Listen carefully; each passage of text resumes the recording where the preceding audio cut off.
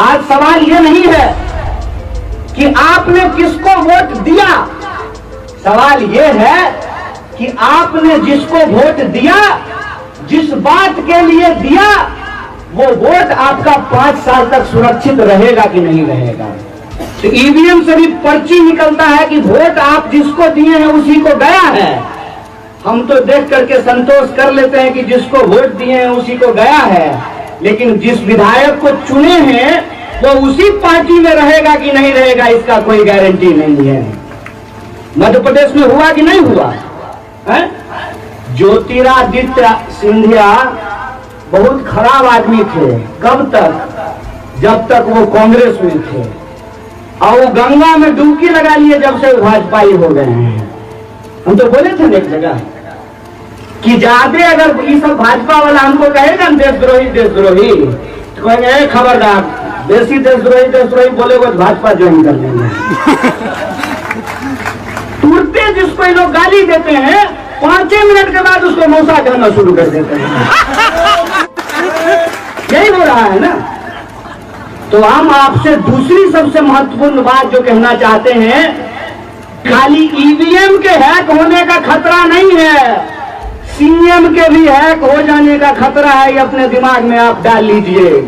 इस देश में जिस तरीके से राजनीतिक पतन हुआ है, जिस तरीके से नैतिकता का पतन हुआ है, जिस तरीके से राजनीतिक शुचिता का पतन हुआ है, आज हमारे सामने सबसे बड़ा सवाल यह है कि हम लोकतंत्र के मूल्यों की रक्षा कैसे करेंगे, हम लोकतंत्र के आदर्श की रक्षा कैसे करेंगे। किसी व्यक्ति के से ऊपर संगठन का जो महत्व होता है, उस महत्व को समाज में पुनर्स्थापित कैसे करेंगे, ये चुनौतियां आज हमारे सामने है। ये बात से मैं अपनी बात क्यों शुरू करना चाहता हूं? ये बात से मैं अपनी बात इसलिए शुरू करना चाहता हूं कि जो टीवी आप अपने घर में लगाए हुए हैं ना, पेट काट करके जिसका आप रिचार्ज कराते हैं ना, वो आपका दुश्मन है।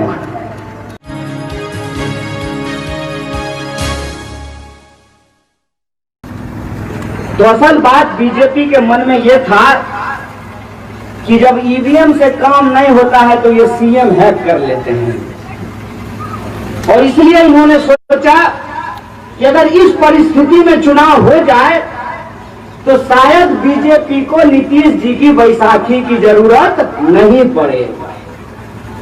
और ये जो सारा तमाशा आप देख रहे हैं कि एगो है ऊपर ऊपर गठबंधन, एगो है भीतरे भीतरे गठबंधन। ये खेल जो चल रहा है इसके बारे में आप साफ साफ समझ लीजिए। ये बिहार विधानसभा चुनाव ये तय करने जा रहा है कि भाजपा का रिमोट कंट्रोल का सरकार बिहार में रहेगा कि डायरेक्ट कंट्रोल का सरकार बिहार में रहेगा। इसीलिए जब चुनाव की प्रक्रियाएं शुरू हुई तो हमारी पार्टी ने मजबूती से कहा कि सब काम धंधा ठप है, लेकिन आपको अपनी राजनीति की धंधा की बड़ी चिंता हो रही है। नहीं, बाल बच्चा का कैरियर का सवाल है, लूट का सवाल है। चंदा जो देता है चुनाव में, जब सरकार बन जाती है तो उसका कर्जा माफी होता है, यारी यारी दोस्ती। जो पार्टी बड़े बड़े धन कुबेरों से चंदा लेती है, उस पार्टी की जब सरकार बनती है तो उन धन कुबेरों का कर्जा माफ किया जाता है। किसान मर जाए खेत में, उसका बच्चा मर जाए सीमा पे, बाल बच्चा का पढ़ाई का कोई हिसाब किताब नहीं, रोजी रोटी, कपड़ा, मकान, शिक्षा, सड़क, बिजली पानी का कोई सवाल नहीं। बस टाइम पे एक ही चीज होना चाहिए, वो है चुनाव। ये बात से मैं अपनी बात क्यों शुरू करना चाहता हूं? ये बात से मैं अपनी बात इसलिए शुरू करना चाहता हूं कि जो टीवी आप अपने घर में लगाए हुए हैं ना, पेट काट करके जिसका आप रिचार्ज कराते हैं ना, वो आपका दुश्मन है। वो आपके मुद्दों को आपके नजरों से गायब कर देता है। हमारी पार्टी ने कहा कि चुनाव में लोगों की भागीदारी महत्वपूर्ण है, तो चुनाव आयोग ने कहा कि कोई जरूरत नहीं है, इस बार शारीरिक चुनाव प्रचार नहीं होगा। ये जो शारीरिक चुनाव प्रचार हो रहा है, आप लोग सामने बैठे हुए, हम खड़ा होकर के भाषण दे रहे हैं, ऐसा क्यों हुआ? क्योंकि इनके सर्वे के मुताबिक इनका हाथ पांव फूलने लगा है। इनका जो चिराग था वो किसी और घर में जाकर जलने को तैयार है। तो इनका कैलकुलेशन गड़बड़ा रहा है। जिसका टिकट कटने वाला था वही हमारे विधायक जी फिर से चुनाव लड़ने के लिए यहां आ गए हैं। मैं उनके ऊपर कोई टीका टिप्पणी नहीं कर रहा हूं, मैं सिर्फ बता रहा हूं कि किन परिस्थितियों में चुनाव हो रहा है। देख लीजिए कि जनता दल यू के सारे पुराने विधायकों को ही टिकट दे दिया गया है। नया घोड़ा पर दाव लगाने के लिए तैयार नहीं है। नीतीशो जी को पता नहीं है कि कौन किसके साथ रहेगा। तेरी मेरी नहीं कहते हैं, खाया पिया धोया हाथ, तेरा मेरा कैसा साथ। इसी आधार पर चल रहा है। भाजपा को लगा कि मोदी जी का जरूरत नहीं पड़ेगा। अब बिना मोदी जी कैसे चुनाव जीतेंगे? तो मोदी जी का अगर रैली होगा तो कन्हैया कुमार का भी रैली होगा। देश में कानून तो एक ही है ना। रातों रात इसके नियम बदल दिए गए और ये कहा गया कि पूरे बिहार में प्रधानमंत्री की 20 रैली होगी। टीवी पर तो रोज भाषण देवे न करते हैं।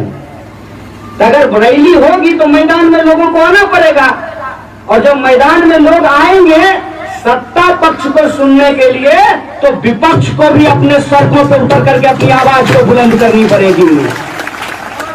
तो मैं पहली बात ये कहना चाहता हूं कि कोरोना अफवाह नहीं है, लेकिन लोकतंत्र खतरे में है ये भी अफवाह नहीं है। ये बात अपने दिमाग में आप डाल लीजिए। इसीलिए दूसरी जो मैं बात आपसे कहना चाहता हूं कि आज किन परिस्थितियों में चुनाव हो रहा है। आज सवाल यह नहीं है कि आपने किसको वोट दिया, सवाल यह है कि आपने जिसको वोट दिया, जिस बात के लिए दिया, वो वोट आपका 5 साल तक सुरक्षित रहेगा कि नहीं रहेगा। जब आप वोट देने के लिए जाते हैं तो मन में धर्म संकट रहता है। आजकल पर्ची निकलता है सबूत के तौर पे, नहीं जैसे पेट्रोल पंप पे तेल भराइएगा पर्ची निकलता है, तो ईवीएम से भी पर्ची निकलता है कि वोट आप जिसको दिए हैं उसी को गया है। हम तो देख करके संतोष कर लेते हैं कि जिसको वोट दिए हैं उसी को गया है, लेकिन जिस विधायक को चुने हैं वो उसी पार्टी में रहेगा कि नहीं रहेगा इसका कोई गारंटी नहीं है। मध्य प्रदेश में हुआ कि नहीं हुआ है? ज्योतिरादित्य सिंधिया बहुत खराब आदमी थे। कब तक? जब तक वो कांग्रेस में थे, और वो गंगा में डुबकी लगा लिए जब से भाजपाई हो गए हैं। हम तो बोले थे ना एक जगह कि ज्यादा अगर ये सब भाजपा वाला हमको कहेगा देशद्रोही देशद्रोही तो कहेंगे खबरदार, देसी देशद्रोही बोलेगा तो भाजपा ज्वाइन कर लेंगे। तुरते जिसको ये लोग गाली देते हैं 5 मिनट के बाद उसको मौसा कहना शुरू कर देते हैं। यही हो रहा है ना। तो हम आपसे दूसरी सबसे महत्वपूर्ण बात जो कहना चाहते हैं कि खाली ईवीएम के हैक होने का खतरा नहीं है, सीएम के भी हैक हो जाने का खतरा है। ये अपने दिमाग में आप डाल लीजिए। इसीलिए जब अलायंस हो रहा था तो हमारे आरजेडी और कांग्रेस के साथियों ने कहा कि एक बात का पक्का गारंटी है, 29 में से जय को जीतेंगे कि भाजपा के हाथ नहीं बिकेगा, ये पक्का गारंटी है। गारंटी है कि नहीं है? जी एकदम। तो सोच समझ के वोट दीजिएगा।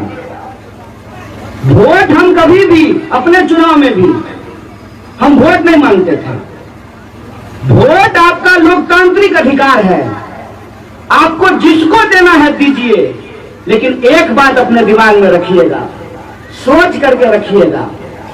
रामदीनी जब मरम पिट्टी हुआ लगले हो तो रामदीनी के लोग फोन करते आप तो नहीं कुछ कर सके छो, करिए गेलियो और वोट मांगे तो केना केना कहियो, आप कहे छो तो ही कुछ कर सके छो।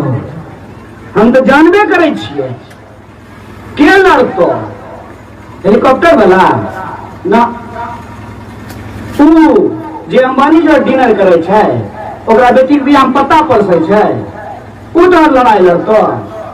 तो हर लड़ा लड़तो है, साइकिल वाला है, धोती वाला है, राम रतन बाबू जीताए तो होते ही हो, हरेबो तो कहीं हो न हो। ऐसा नहीं कि नहीं हरे, ऐसा नहीं कि हमें हार लिया है। नहीं, हम लोग हारे हैं चुनाव हारने की आदत है, लेकिन हम आज आप तमाम लोगों से किसी पार्टी को हराने और जिताने की बात नहीं कर रहे हैं। याद कीजिए, जब हम जनगण मन यात्रा पूरे बिहार के 38 जिलों में निकाल रहे थे, बार बार हमारे मीडिया के साथी ये पूछते थे चुनाव लड़िएगा। हम बोले ना, चुनाव तो होता ही है, 5 साल में 7-8 बार चुनाव हो जाता है। अभी विधानसभा का चुनाव हो रहा है, क्या पता असेंबली भंग हो जाए, बीच में लटक जाए। रामविलास जी याद है ना, चाबिये लेकर भाग गए थे तो फिर चुनाव हुआ था। क्या पता क्या होगा। चुनाव से ज्यादा जरूरी आज ये सवाल है कि हमारा मुद्दा क्या है और किन मुद्दों पे चुनाव हो रहा है। आज सबसे ज्यादा जरूरी सवाल ये है कि जिनके ऊपर आप भरोसा जताते हैं, जिनके ऊपर आपने भरोसा जताया है, वो आपके लिए क्या कर रहे हैं। सवाल ये है कि हमको आप हरा देते हैं, तब भी जनता के रोजी रोटी, कपड़ा, मकान, शिक्षा, स्वास्थ्य, सड़क, बिजली, एसडीओ, बीडीओ, सीओ ब्लॉक गए हो दिनेश साहब, कुछ हरे लो अंतरा तो कठिन ब्लॉक भेजा नहीं छोड़ हमारा खातिर कठिन तो नहीं विधायक भेज रहे थे। ये बात मैं आपसे आज कहने के लिए आया हूं, और जो लोग मैदान में है वो कान खोल करके सुन लीजिए, और जो लोग घर में है वो भी सुन लीजिए। तेघरा सीट जब अलायंस में डिस्कस हो रहा था, आरजेडी के लोग हैं, कांग्रेस के लोग हैं, तो सभी पार्टी के प्रमुख नेताओं ने कहा कि तेघरा कम्युनिस्ट पार्टी को मिलना चाहिए। काहे मिलना चाहिए कम्युनिस्ट पार्टी को भाई? तो बोला कम्युनिस्ट पार्टी के लिए तेघरा विधानसभा सीट एक ऐसा सीट है कि पूरे उत्तर भारत में हम सबसे पहले तेघरा विधानसभा का सीट जीते थे कांग्रेस चंद्रशेखर के नेतृत्व। आज वो इतिहास पलट गया है, मैं उस इतिहास में जाना नहीं चाहता हूं।